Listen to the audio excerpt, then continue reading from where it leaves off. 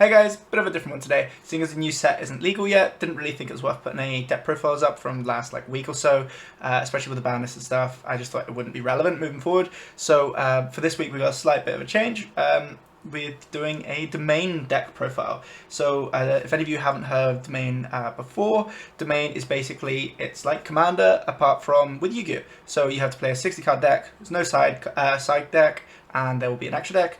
And you're allowed one card, could be a main deck monster, it could be an extra deck monster. That card is your commander, so to speak. So as long as you can normal summon it, or it counts. And then basically all of the main deck monsters either have to be the same type or same attribute, or they have to be a attribute or type mentioned on the card, and that is generically how it works. The person who pioneered this was Yu-Gi-Oh! Commander. He's put up quite a few videos. I will show his stuff on the screen in a second, and basically he's done quite a lot for this format. He's put a page up, I think it's domainformat.com, which goes through all the rulings and stuff, but this is a deck profile, and it is worth mentioning as well, there'll be a lot of ban cards on this list, so you're allowed to play ban cards, so that's one of the most exciting parts of it. It's nice to see Pot of Greed actually being able to be played, so thank you very much for tuning in. Hey guys, we're here today with Sean Dynes. We're going over his domain list. You might recognise Sean. He's been on our channel before from Topping. So today he's bringing us Exodia for his domain. So yeah, take us away, Sean. Why'd you pick Exodia, and what's the thought behind this? So hi, first of all. So I also brought this deck down to Irish Nats with me. So whole story is that I think before the event there was a mention of side events, and one of them being Domain. So a couple of mates of mine were saying, "Oh, we need to play Domain. It's never been done before, just a bit of fun." And they were going to build just very run-of-the-mill decks, and I thought, let's see if we can just make an absolute war crime. And this is where we ended up. Basically, I seen Blue Dragon Summoner in, I think, Yu-Gi-Oh! Commander's sort of profile picture, and recognized it from one of Jeff Leonard's old FTK Exodia lists, and figured that there's bound to be some way you can incorporate this into domain format, especially since that brought a domain between warriors, spellcasters, dragons. There's bound to be something there that make it broken. So this is where we roughly ended up. I brought it down. First game I played with it in person, no one knew what I was on. Rolled an 11, won the dice roll. It was a 3-minute domain game. So nice and quick. When time for a second game, we'll put it like that. Yeah.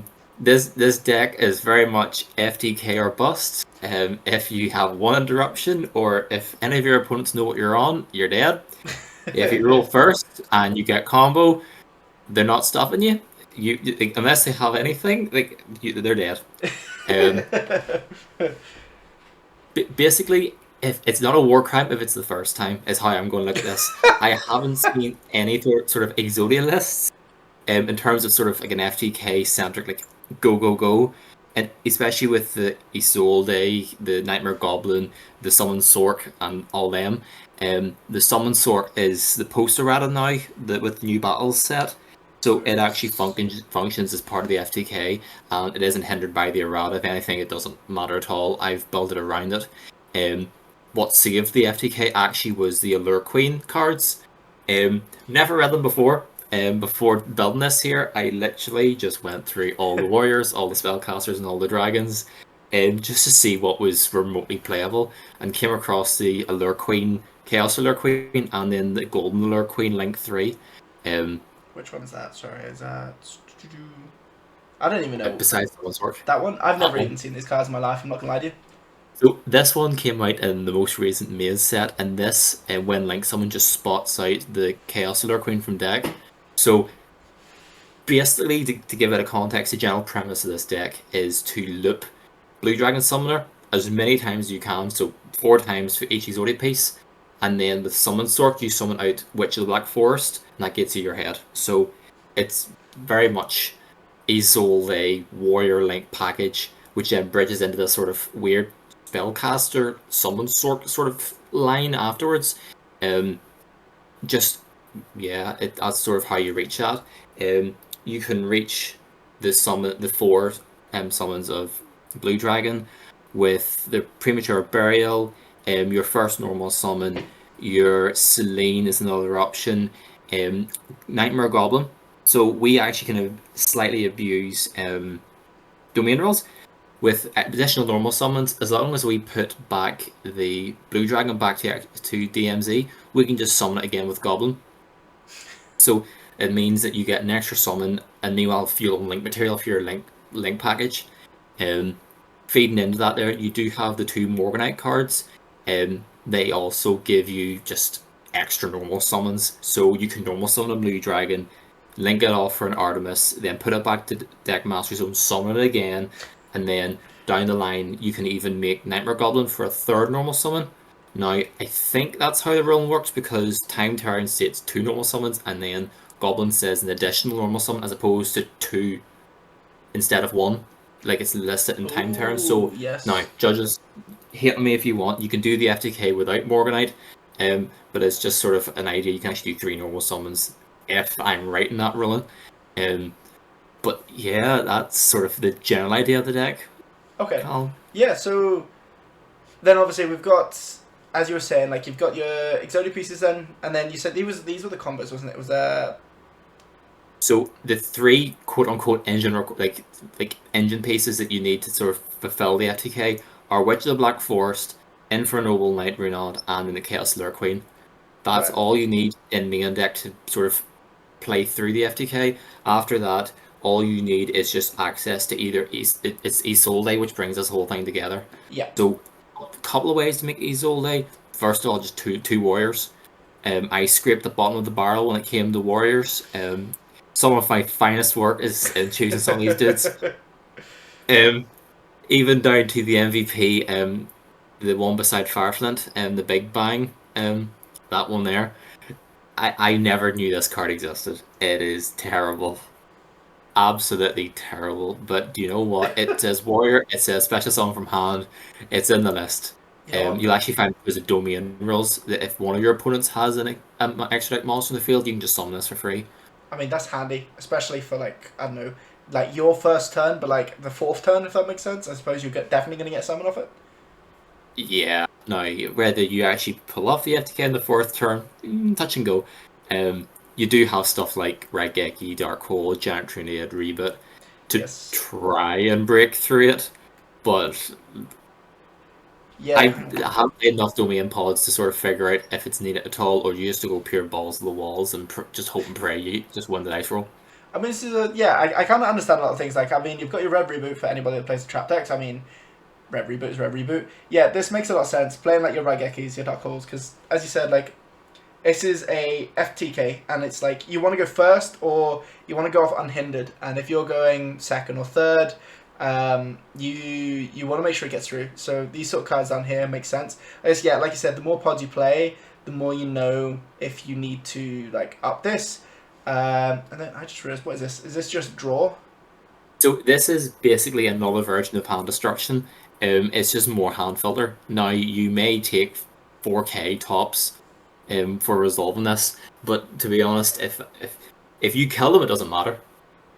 Yeah. If you resolve Fair. Popper up, lose 4K, but then kill them that turn, it doesn't matter. Yeah. So you just got a So lot of that's why. stuff. Oh, sorry. Oh no, I was just gonna say you just try and gas through the deck to try and get what you need. Yeah. In that way. Yeah, it makes sense because like yeah, you've got your upstart, you've got all of the busted cards. I love hand destruction and stuff like that. I remember that was one of the first rolling calls I ever had on Dueling Book back in the day. Was why my Dark Worlds wouldn't trigger off this because it's like the send rather than discard. So I love Yeah. this card. Fond memories of getting that wrong. And you know what? Soul Charge makes so much sense in a deck like this because like you don't want to attack, you don't care. So dropping a Soul Charge and bringing back 5 in this deck feels so insanely deadly. You wouldn't even really need the 5. All I would need is just maybe another summon for Blue Dragon and maybe say link material. Very rarely I would sort of see a situation that you would make more than that. But it's one of those things. If you want to flex and people just have the 5 piece Exodia on board, why not? uh, Anything's possible. yeah, that's fair. And I mean, as well, like, cards like Monster Reborn, I imagine, is a fun way of like I don't know. It's such an easy way to get like the deck master just to like link it off one more time. Like really easy. Yep. Or So even if you send say a card from hand with hand destruction or popper up, you can just bring it back. yeah, It's quite flexible in that you can use SP as a warrior and then any warrior to bridge in these all day. So any two effect monsters plus a warrior, any two warriors or any two level fours, in theory gives you FTK Yeah. because you can make SP into Isolde just hard summon it, or else you can use the Caesar, Battling Boxer, King Dempsey, um, to search Fireflint Lady, summon Fireflint Lady, and then Yeah. that's FTK. Okay.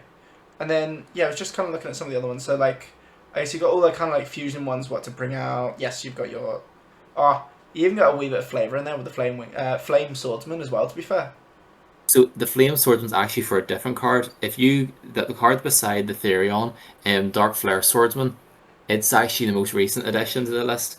Um, Literally just dump a Flames Swordsman from extra deck, summon itself. That's all it is. Ah. It's another warrior name. The extra deck is very flexible. To be honest, I just had space. I had a Apollosa and a Boral Sword, and I threw them in. Yeah. Like they could be anything.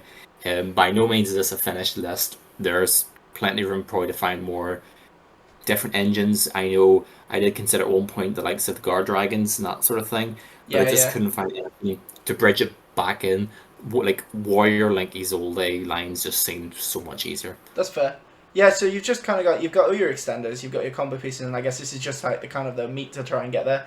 Um, yeah, because like you've got all the busted cards. Like Painful Choice is brilliant. Last Will, interest. Oh, I was reading that wrong. I was thinking that one different one. Wait, no, Painful Choice is the one that sends it. So what would your 5 be that you would send then? Is that like your? My 5 would probably be the likes of Destrudo, Trick Clown, Spell Striker, Yeah. the Therion Bow Ein, and then maybe a Photon Thrasher. It's just be all extenders. Yeah, I that check. suppose if they like, choose your Trick Clown, you dump your Destrudo. Basically, how I just use it is to try and guarantee at least one extra body, potentially two, which then can feed into the Isolde, even through the SP. Okay, that's cool. And then like you love Phantom Knights as well, so I bet you like as soon as you saw the opportunity to throw this in, I bet you screamed with happiness.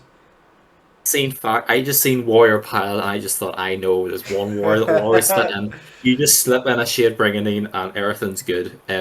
It's honestly just something you can just set, flip up, and it's either level 4 warrior. It's just Phantom Knights, like it's just the best deck of all time. Can't I'm go wrong with it. I'm surprised it didn't fit. Like Phantom Knights are they warriors or are they fiends?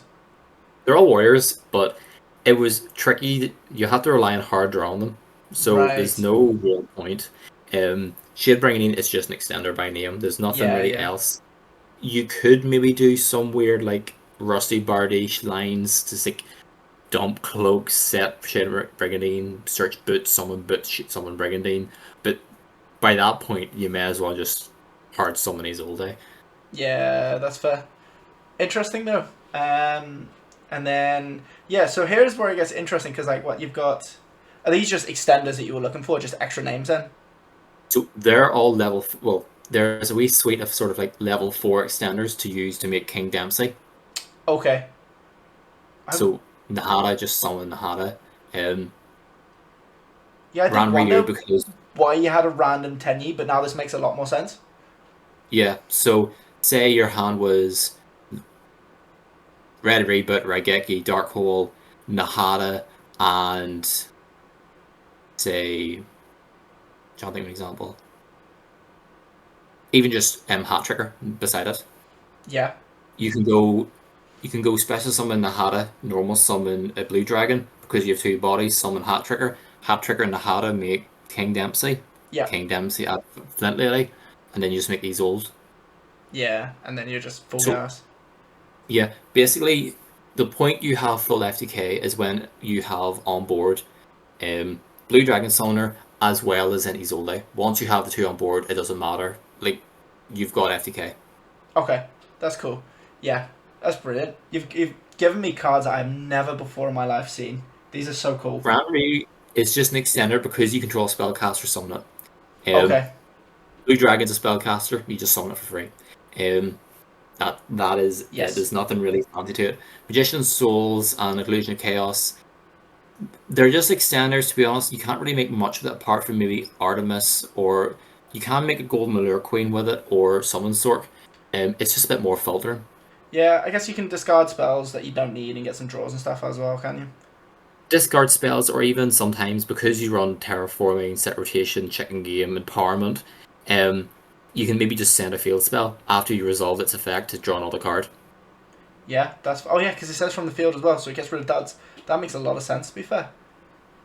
So you can, set Chicken Game, draw a card off Chicken Game, summon Souls, send Chicken Game, draw another card, stuff Yeah. like that. Just every card counts to try and dig deeper to try and get your access to Exodia. Yeah, this is like you've just thrown consistency as much as you physically could. And then I wondered why there was a random chicken in the middle of the screen. Is this is just another extender, is it? Another extender, it could be so Oh, I see. it's just an extra body. At one point, I was considering just a slot in a Black Rose in the extra deck just for a board nuke because I can. But there's no real need. It's just there as a body. Um, Even sort of going into the second turn, third turn, if you're going into that play, if one of your opponents controls a monster, you can summon this as level 4, which then Yeah. makes it an extender. Yes. Once I sort of reached the bottom of the barrel and it came the cock-a-doodle-doo. But he's there because he's a cute chicken, and you know what? He stays. Yep. He's an adorable little guy. Yeah. And then you've got the Jester, and then was there any other cards of? Okay, this is interesting. What is this? So empowerment, all that I care about with it is you can discard one card and summon one empowered warrior from deck, and you summon the target there next to it, Dragodes. Okay. I wonder why there was a So random pendulum. So Dragodes, you can summon off empowerment, and it's a warrior. Now, the other application it has, it doesn't really come up. It's one of those things I just did as I was doing the line.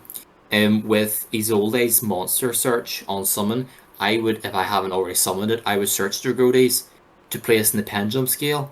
It just means that whenever, if you have to summon Selene, you'd have another spell on the board, so it Yeah. means another spell counter, and it just means you're more likelihood of summoning back a thing from grave.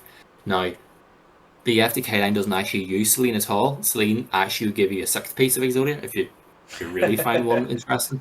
You can search your little D for maximum damage, but too bad it's outside the domain. It's just stuff. It's just a free body, and you've got your set rotation, your terraform to search it out. Yeah. That's really it there. That's fair. And then I think you've basically gone over everything in the extra deck as well here. Yes, you got your Akashic, and then So Akashic first of all is key to the FTK. Oh, So okay. Akashic is what actually makes Summon Sork not terrible.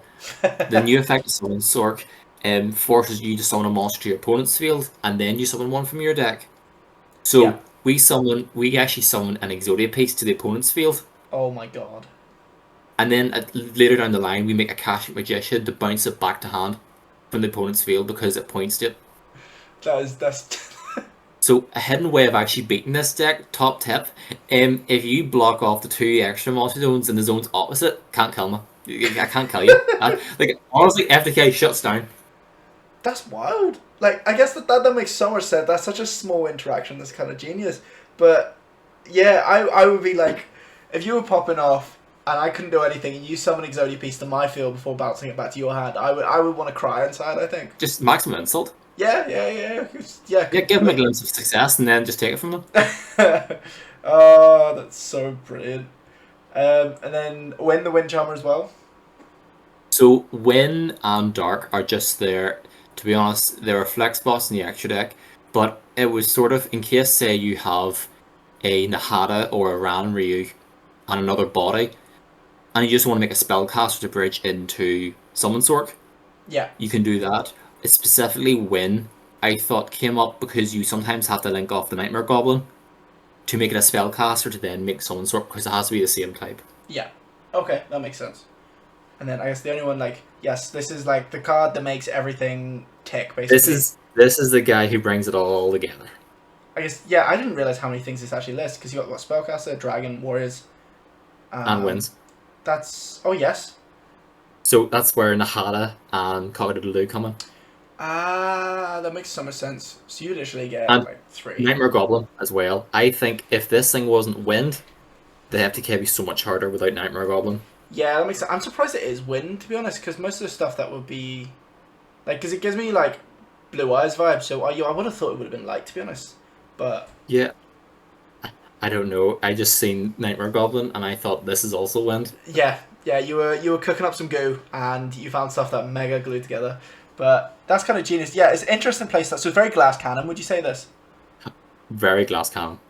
And then what was your so you how many games did you play with this so far? Two, did you say? Like I've played maybe 4 or 5 casually. Nothing that big. It's just sort of more test hands and that sort of thing as well. It was more.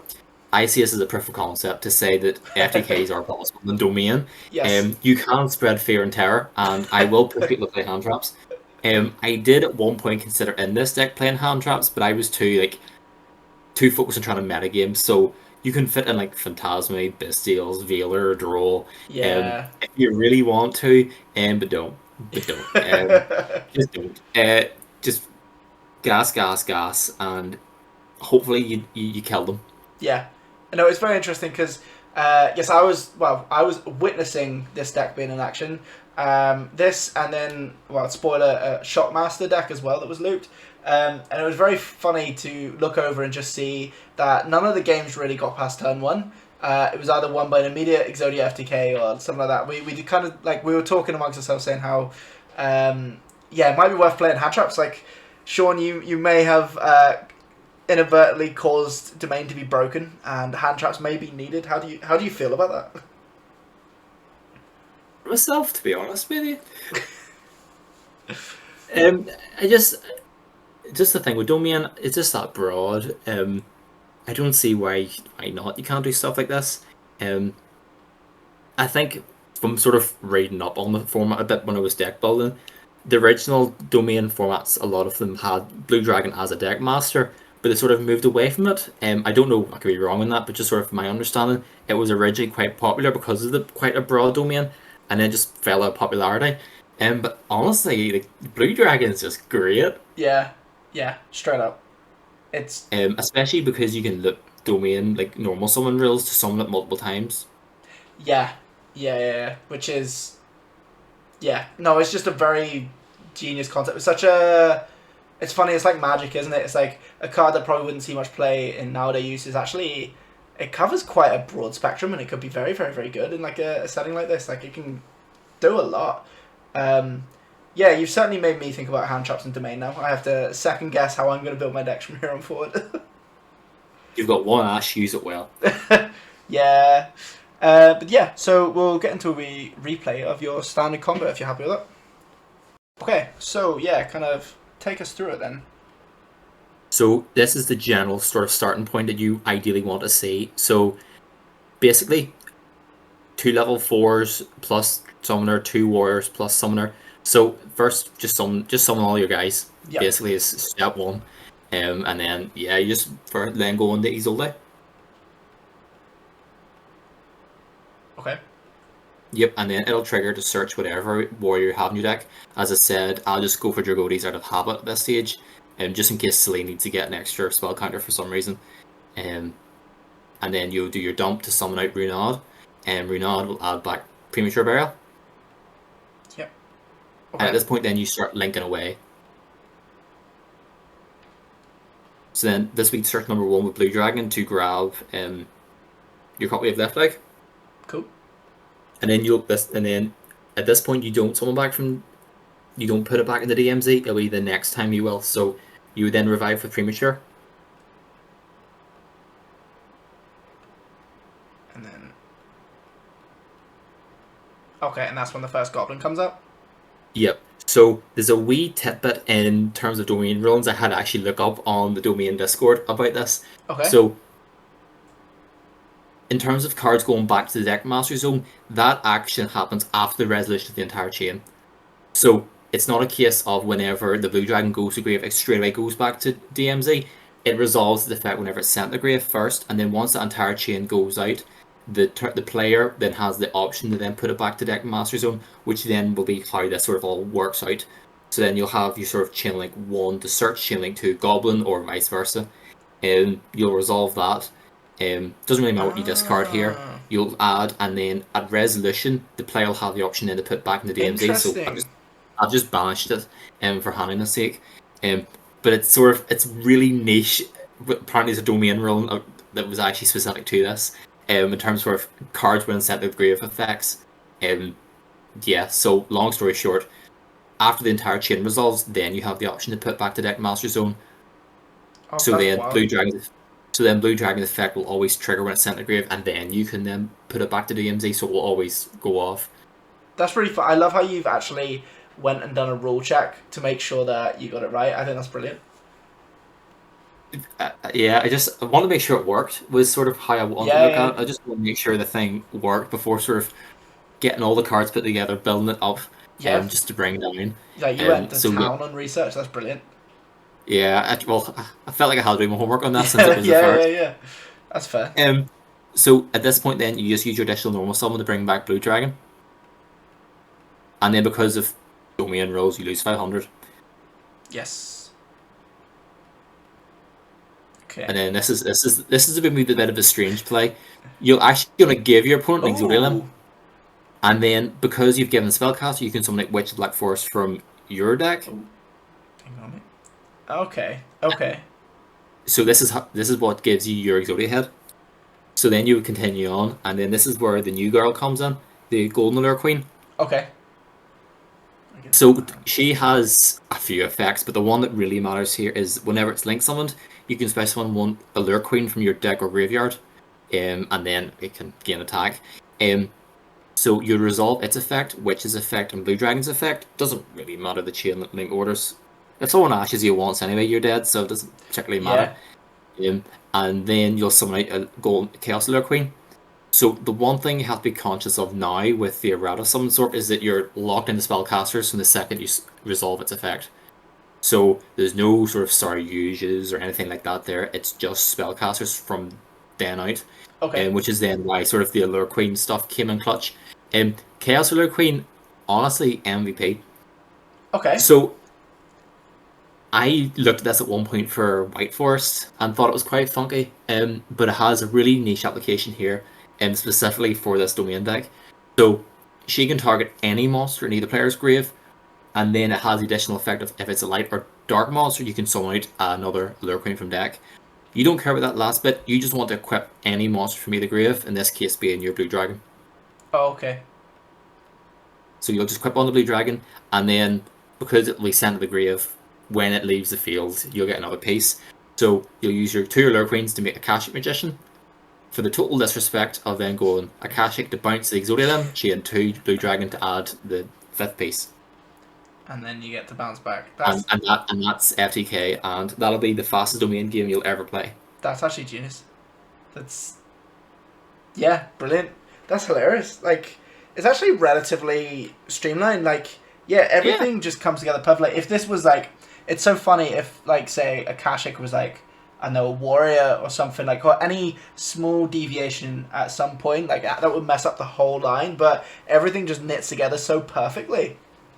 So at this point, now I haven't played the end of this replay, but you can use the Goblin and the Akashic to make Celine, Okay. and then Celine can bring back the Blue Dragon from grave another time if, say, they've interrupted you at one point. Now, Yeah, yeah, yeah. you would need more spells in either hand, either grave or field, so you'd have your Pendulum for one, so you need one more. You can discard off of the Goblin, you can activate it if it's something, just a general staple.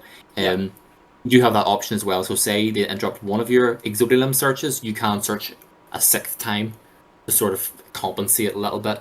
It wasn't intentional, it just worked out well that way. And then you would use, say, the Blue Dragon and the Celine to make a dark or a win. It doesn't really matter. As long as it's a spellcaster, it doesn't matter. Yeah, that's genius. So yeah, that's a replay done. Would there be any changes that you would make after like testing and everything down at nationals and messing around with stuff? Anything you want to change or? So I would say, first of all, I would like to maybe try the Magistus cards once they come out over in TCG/Europe. Spoon is just so good. It's just really a case of it being one. I think it's an FTK by itself, plus an almost son of Blue Dragon. I sort of had a rough line cooked up, but it wouldn't be. Oh, it's just as really like Spoon, and to be honest, I didn't have enough testing in time, and because the cards weren't sort of available in Europe at this point with the delay in battles, I just didn't think it was worthwhile to sort of build towards that. Um, Another option is Guard Dragons, the likes of Pisty, Elby. I'd say maybe some sort of maybe heavier Dragon Link package. There's maybe something in that in terms of deck building, but it would need sort of a complete build from scratch. You would start with your 5 piece Exodia and just start again with the deck. Yeah. I would definitely see it being possible. And then apart from that, you have plenty of flexibility in the deck to begin with. Like that Apollosa and the Boros Sword, they're never played. They could be a really pretty blue ultimate dragon for all you want. You can start it when your opponents are beating you. They aren't used. You could fit something in there really easily. I just didn't bother because I didn't really have any more ideas, and it was I think a couple of days before I was going to go down, and I was rather going to focus on the main event. Yeah, fair enough. So I just called it a day. You could get rid of the breakers and just go sort of full on FTK or bust, but I just thought I'd have that option because the deck is quite consistent in reality. Now, you are sometimes going to draw 2 exotic pieces and you cry. A 60 card deck, but you still brick on 2 one-ofs. But it's more or less like it is quite consistent, especially with cards like Terraforming, Checking Game, Reasoning. Yeah. One thing about Reasoning, I know some people maybe would be concerned about, if you somehow get an Exodia piece off of Reasoning, you can bounce it back from your field with a Kashik. Just make sure you sort of have it under the link zone. So you can Okay. bounce the 2 pieces back. It is possible. No, you don't really want it to happen, but it's something I did consider when I was putting it in. Because there's nothing worse than getting in like the classic Inferno play of calling level 1, losing it, and having to go through all these hoops to bring it back with Celine. It Yeah. is possible. Yeah. That's fair. Yeah. Any other closing remarks or anything like that? Hopefully this doesn't break domain. I really, I really am interested to see if this maybe does make players think whether there's maybe more aggressive play styles you can go towards deck building, especially with domain format and the likes of FDKs or near impossible locks, which can be done sort of consistently. Um, I'd say it would make the game a much more fast-paced environment. There's no point sitting for an hour and a half on a pod when you can be done in 5 minutes flat. It's very interesting. Yeah, I think like because I never saw the point in having cards like infinite impermanence, stuff like that, because I thought, well, you're just losing a card in your hand, like unless like, and my theory was you have your combo pieces, your starter, that your domain like master, and then you want cards like droplets, etc., to try and get your stuff through. I never thought that I'd have to actually stop my opponent's stuff. So now I'm thinking like, oh, maybe I was wrong on cards like Imperm, and I guess all the Dominus cards become quite sought after for domain as well. Then to be fair, so like it'll be interesting how it evolves, because now if people like myself have to play cards like this so we can interact with FTKs, then it gets interesting to how like you level up the Exodia deck. Does that mean cards like, I don't know, like Sales Ban or stuff like that becomes more cards that you might play? I haven't really thought about it yet, to be honest with you. With terms of maybe sales ban, prohibition, I wouldn't see a world that it doesn't happen, but it just makes things extremely difficult whenever you're playing 3 opponents who may have Yes. completely different non-engines that are within their domain. Like, for example, my deck can play Pholos because it's a wind, but maybe your deck being Fire King can't, sort of Yeah, thing. yeah. But you can play Ash. It's quite hard to predict, um, unless you just sort of base it on your opponent's domain, which is possible. Say you flip the Ponix, I would know you can't play X, Y, Z, but you have Ash, you have Imperm, you have the Dominus Purge, sorry, Impulse. You know, you could sort of play around it that way and be a bit smart about it. But I think just by fact of domain deck building, you're quite limited on non-engine, Yeah. which works on turn 0.